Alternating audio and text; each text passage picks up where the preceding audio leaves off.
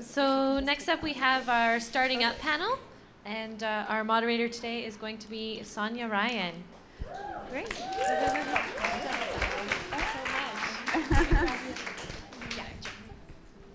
Not a redhead, sorry. No.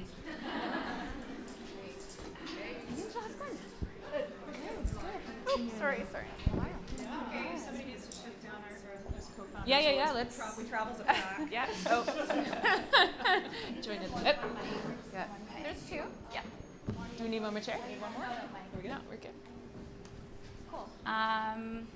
All right, so this is the panel on starting up. How many of you here are startup founders or want to start a company one day? Oh, awesome.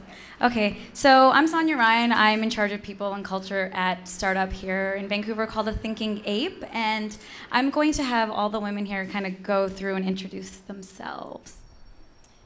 I'm Kirsten Koppang Telford. I'm co-founder of ePact Network. And she's the thinker, I'm the talker of the two, so I'm co-founder as well of ePact, Christine Sommers. I've got a mic, thanks. Hello everyone, my name is Alexandra and I'm the co-founder of Spokal, and I'm also the lead author on an e-commerce book that's coming out in the fall. Hi, my name's Angel. I am the founder of Weddingful. Hi, my name is Maura Rodgers and I'm the co-founder of Strutta. Cool. So there's a blog post or a Quora post that Paul DeJoe had written about entrepreneurship. It's brutally honest. If you haven't read it, we can send it to you. But I wanted to read a tidbit from it. So you start to respect the duck, paddle like hell under the water, and be smooth and calm on top where everyone can see you. You learn the hard way that if you lose your cool, you lose. So as entrepreneurs, did you read the post, all of you? Okay, cool. How did that post resonate with you?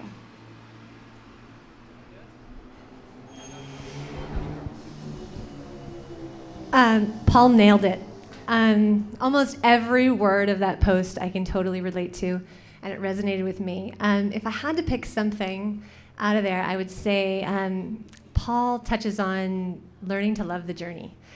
And starting a company is hard, and building a company is way harder. And every day there's something new coming at you, and you just have to sort of roll with it and learn to embrace it and love the journey and love that this is where you are and what you're doing. And so there's so many parts of that post, but that is really where I'm at right now. I love that.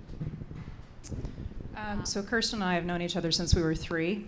And you couldn't get 2 more different people. And 95% of the time we're yin and yang, and then that last 5%, we really sound like a married couple who's about to have a really bad divorce.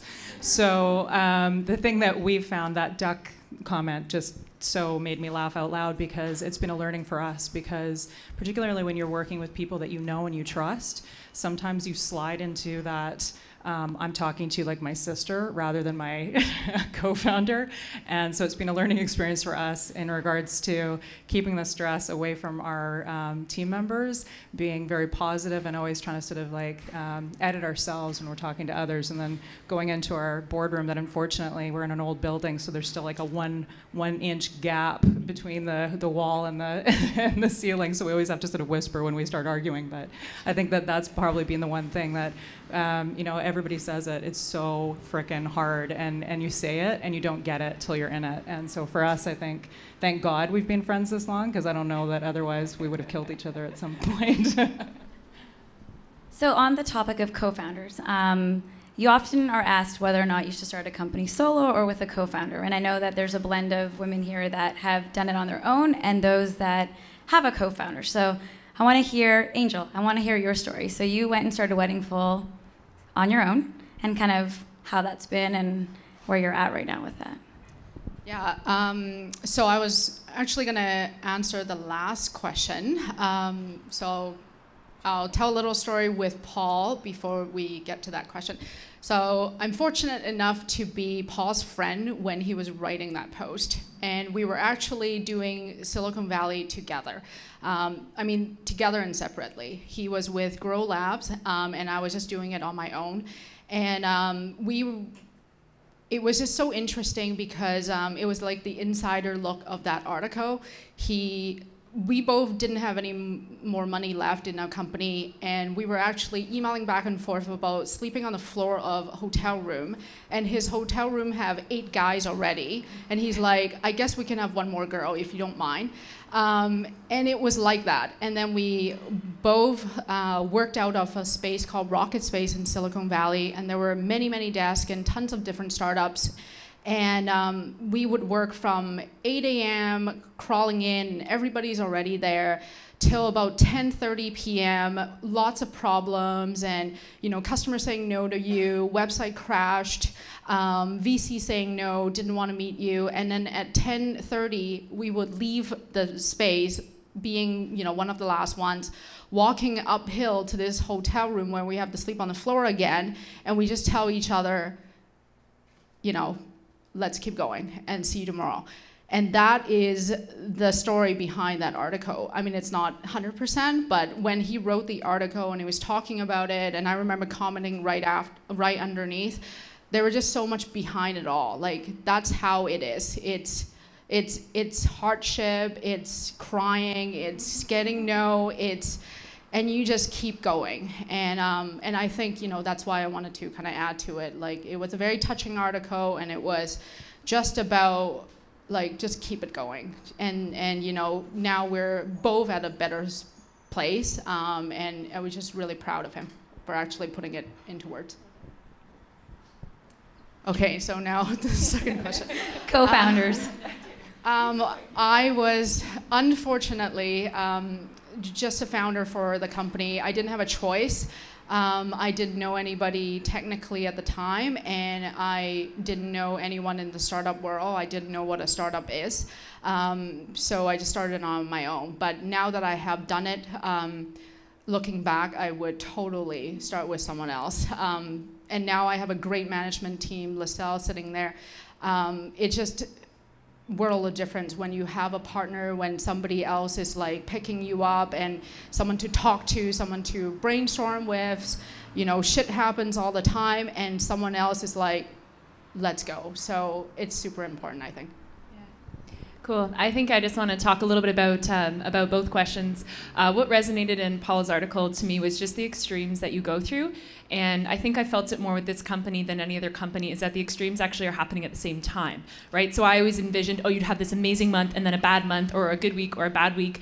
But it's literally 1 minute, it's amazing, we just got 10 customers in the door. The next minute, I just made, a really bad mistake, and we've got this going on. And it's just, you just feel yourself moving in a way that, I don't know my body moves that way. How is this, how do you do that? And having done the first 2 startups on my own as a sole founder, this is now the first opportunity where I've had to work with my co-founder, and the ability to lean, I guess this is funny to say, but to lean on him, but to lean into each other, right? And to have someone there that can go through those moments with you. And it's just, it makes a world of a difference. It really is something that, if you can find someone that you can be 100% honest with, and that is, it's sort of, I think, what you two, right? You guys get together so well, that 95%, but if you don't have that 5% where you can actually hash things out and make that difference, you're not going to get anywhere, right? And if you can have a partner where you can just really, I think that's where, I talk a lot with my hands,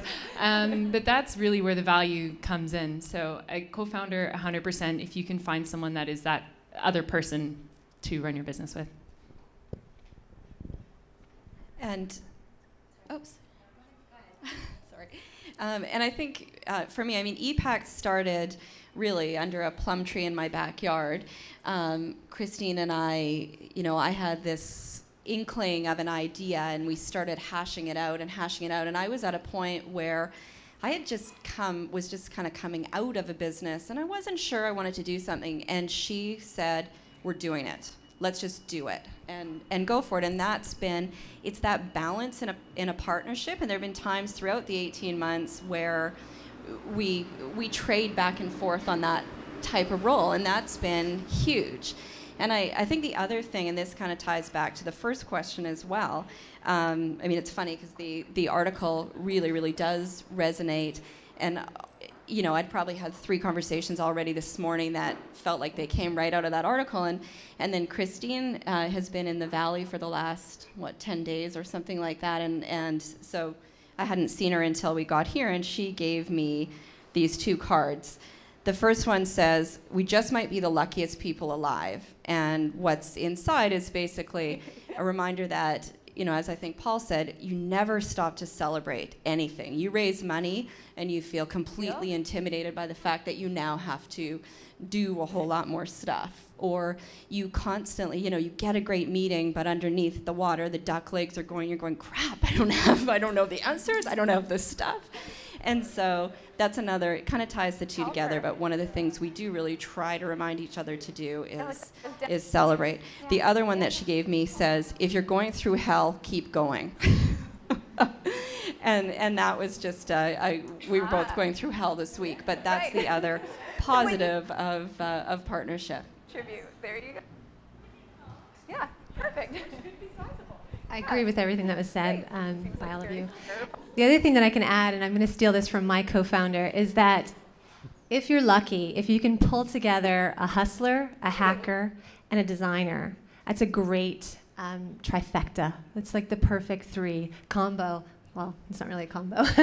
Trifecta for starting a company, because you need someone out there that's getting to know the VCs and getting to know the community and pitching your business. And you also need someone that's focused on and developing the code and building out that part of the business. And a designer, if you can have a designer from the beginning, your product will just be that much better off. So hustler, hacker, designer would be something I'd add to. So a topic that comes up quite often in Vancouver is why did you choose to start your company here, and raising money. What is smart money, and where is the smart money coming from? Additionally, would you just raise here in Vancouver or Canada, but also look to the US? I know you guys just raised. Yeah, you can. I'm in the thick of the pain of it. So we just did a seed round, and the thing that I think of all the time, and I need a T-shirt that says it, is you don't know what you don't know.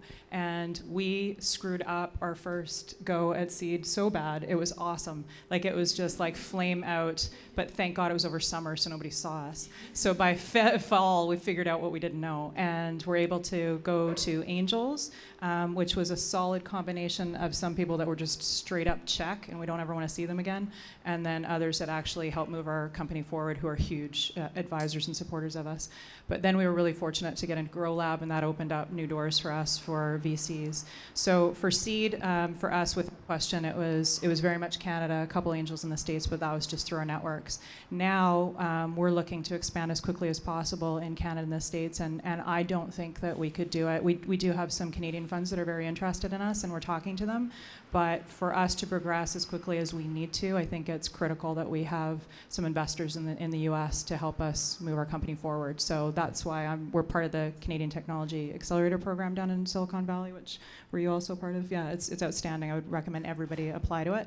But they're helping opening doors and getting us access to US funds, which I think is critical. And not to downplay Canada. Canada's great, but holy crap, it's like we joke all the time. We feel like Austin Powers when we go down there, where it's like, you know, I'm holding the world ransom for $1 million and everybody starts laughing. Like you're in such a different world when you go down there when you're talking money. So I think if you're just going to be in Canada, awesome, stick with Canadian funds. But if you're going to expand internationally, then go to the States for sure.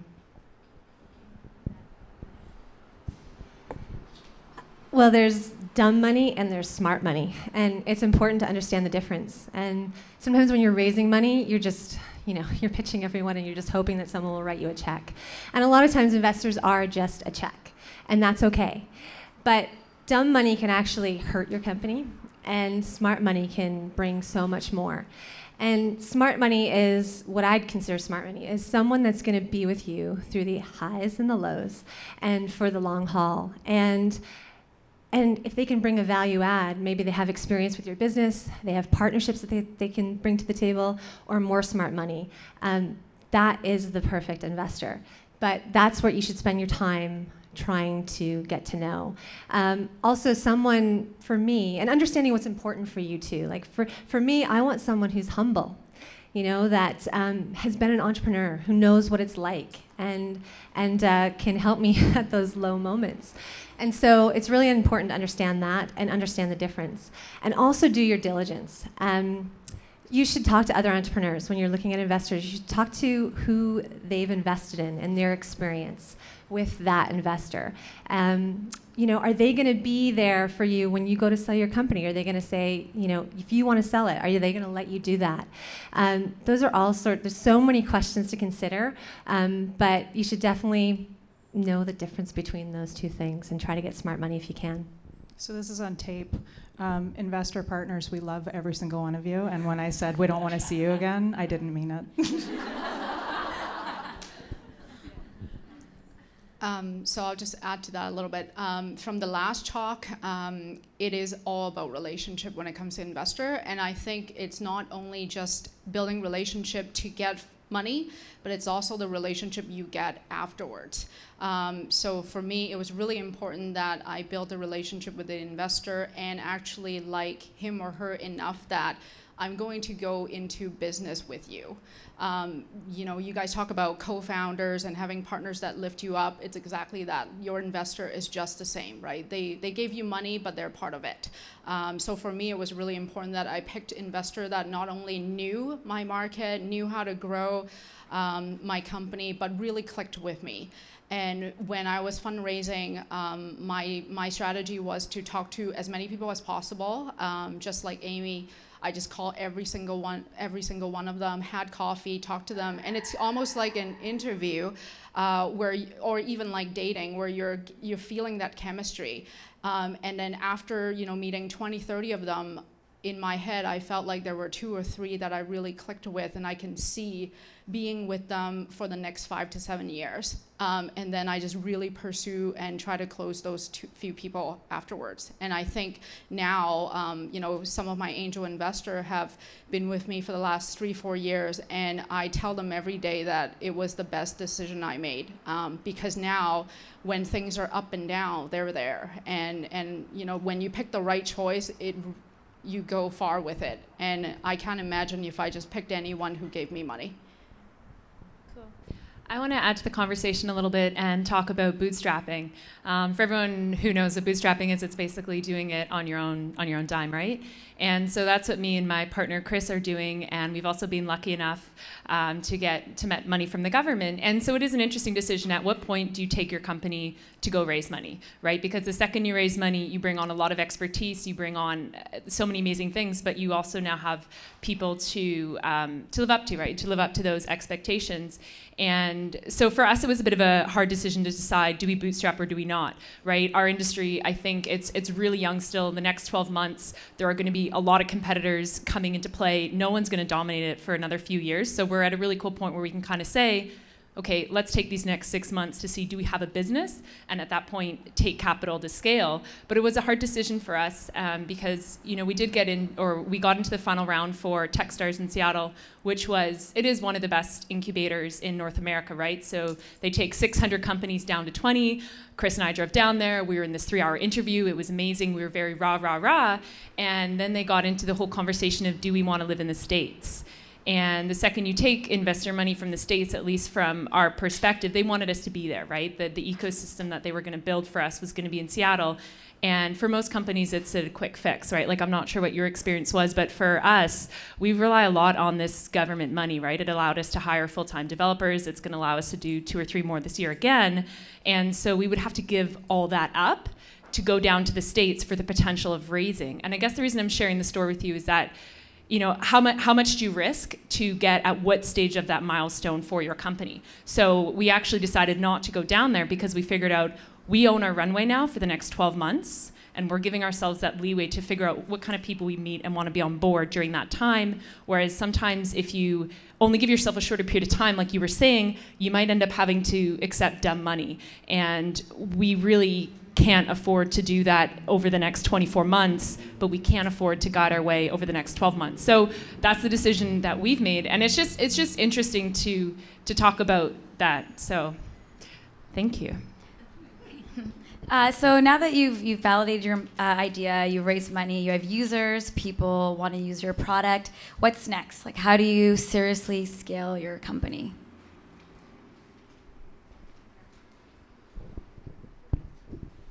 First of all, congratulations. That's a really good place to be because most startups don't even get there. there's so much to take into consideration. It's probably the why and the how you want to grow your company, and sort of take a step back and sort of look at the data. Look at where your costs are now to understand how you're going to scale and what kind of people you need to help you get there. Because there's many things to think about, and talent is probably a big piece of that in order to help you grow your company. So that would be my first recommendation, is to sort of take a step back and understand your costs and the data before building out a plan to grow. And then when you're looking to scale internationally, we've done this. My first startup, we grew very, very quickly. We went from 10 to 150 in like 6 months' time. And we had to bring on customer service and outside of our local area and outside of our company. And so I'd look for the right partners to help you kind of get that have a lay of the land in different markets, and try to find the best partners to help you grow internationally and even throughout North America.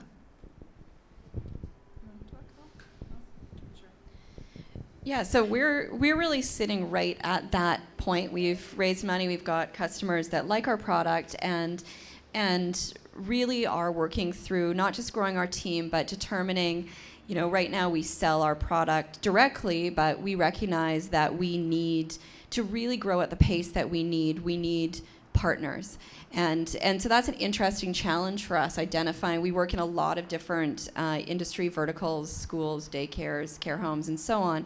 And so we're working through that process of trying to identify who are the right partners and what's the offer that's actually going to incent them to work with. So check back next year on the answer to that question, but that's the stage, is seeing what comes next. Yeah, I was going to comment on the, so we're doing partner resellers or just assistance with distribution, but the other thing that was touched on in regards to talent is, I think more than ever before, I come from kind of a corporate background, and in a corporate world, a lot of people can slide fairly easily and kind of do bare minimum and get away with it. There's no freaking way you can do that in a startup, and we really noticed that really quickly, that hiring is so critical, and good is not good enough. You need outstanding. And one of the things Kirsten and I keep trading articles back and forth on is hiring people smarter than you. And I can't say that enough, that if you're going to hire a biz dev person, you hire somebody who kills it, and they're way better than what you could do, which is actually really hard to find when you are so passionate and you know your product so well. But everything from even our co-ops, like they got it or they didn't, and they like dove in with 2 feet, and they were like, oh, this needs to be done. It's not part of my job description, but I'm going to do it anyways. Like, it makes a world of difference for us. So I can't say that enough, that be really, really careful with your hires, and just make sure that you're always shooting for outstanding versus just good. Does anyone have any questions? Right? Oh yeah. Okay. Oh. I was actually wondering if you guys can talk about a little bit about this fake it till you make it. Thing that everybody has to go through when starting a company. It goes a bit with the whole duck thing, but at what point do you decide to actually fake it, and at what point do you decide to, okay, maybe I'm not ready for that yet? I'll talk about that for about an hour. Thank God, the best decision we ever made, and we're so fortunate to have been part of GirlAB because they forced us to do it. So we are good Canadian girls, and we figured that out really quickly. We're nice, we're polite, we're an emergency network. So something happens like the Boston Marathon. Down in the States, people are talking about it within an hour of, we can make a difference, look what we can do. And we're like, oh, no, like, don't upset people. It's, like, let them grieve or whatever. And people are looking at us like you're crazy. So it's really, we're in closed beta right now. So to be able to go out there and say, this is what we could do, this is why we make a difference, you are kind of faking it until you're open. And but it's critical. You have to do it. And it's way, way outside our comfort zone to do anything that's not 100% like, yeah, no, we can stand 100% behind this. So it was something that we're really fortunate that people pushed us to just say, you know what, talk like you already own it. And it's true. And then you kind of believe it after a while too. After a while we'd be like, did we really do that? I can't remember.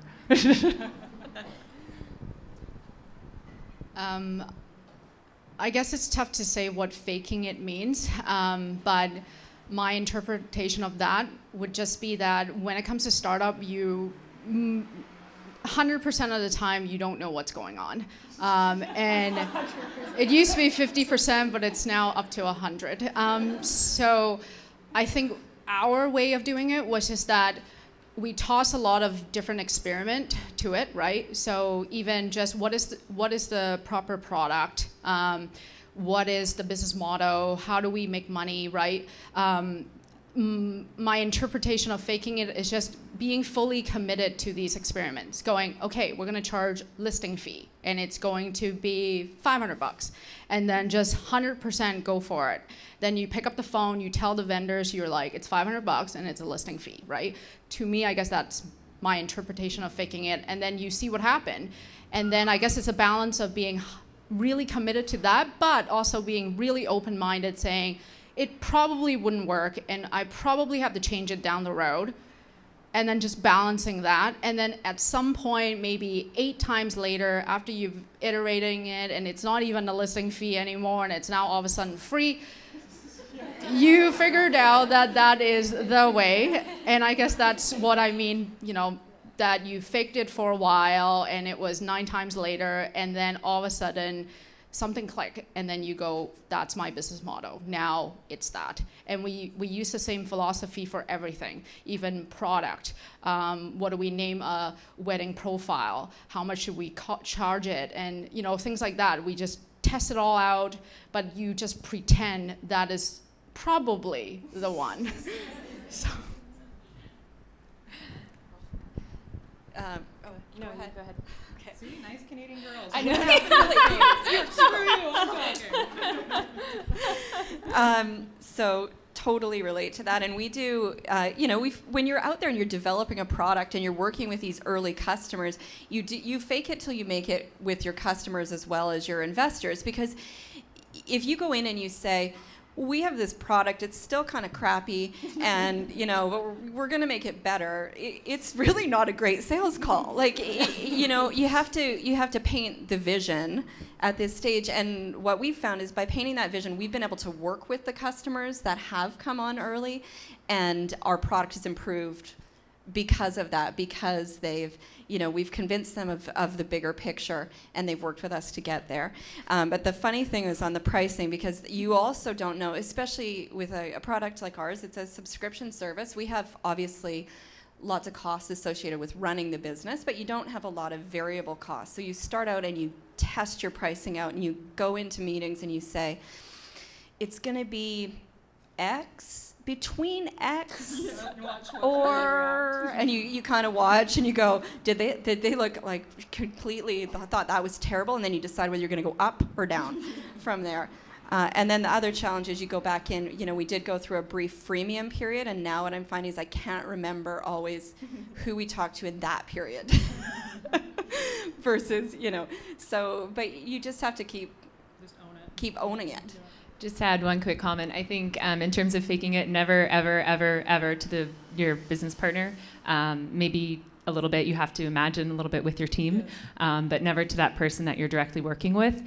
And yeah, share the vision. Like with our early customers, you know, it's all about, this is awesome, this is what we can do today, and I can't wait for you to be with us in 3 months, because this is what we're gonna do for your business in 3 months. And I'm so excited for you to be part of this team and journey. And yeah, some of them leave, but some of them are just thinking, oh wow, I could do that in 3 months with you guys. Like, you know, I'm not selling the widgets and whatever. It's like, join us, go there. So yeah, you kind of position yourself somewhere you wanna be and hope people will stay there when you actually get there. Or giving you feedback to help your product. 100%, 100%. We can do one more question. Anyone have a question? Hang on. So on that note, I would say also, don't fake it with the investors either. One of the most successful way to get their attention and get their trust, which is really important, like the last panel, is gaining that trust, right? So my strategy was just to actually talk to the investors and ask for help and get advice, and actually tell them the problems. We have challenges with this. These are the user acquisition we currently have, and here's the challenge of scaling that. And through that, they not only give you great advice and break through a lot of problems that you have, but through that process, you really realize who can help you and who can't, who who don't get your story and who really do. And through helping you and seeing you progress for the next 3 months, you find that match and you find that fit, and they find that fit with you. And I think it's really important that they get what your challenges are, they see that you're growing, you are learning from it, and at the end, somehow, magically, that's the person that funds you. So I think sometimes I overkill the problems with them and I talk to them every week and I'm like, here's my problem this week. But sometimes they're there to help you, right? So leverage that. So I would say be honest with them. Perfect. I think we're done. Okay. Thanks, ladies. Thank you so much, ladies. Perfect. So we have a lunch all set upstairs for everyone. So there's some sushi and you get some refreshments, and then we'll head back down here in maybe about 35 minutes or so. That's great.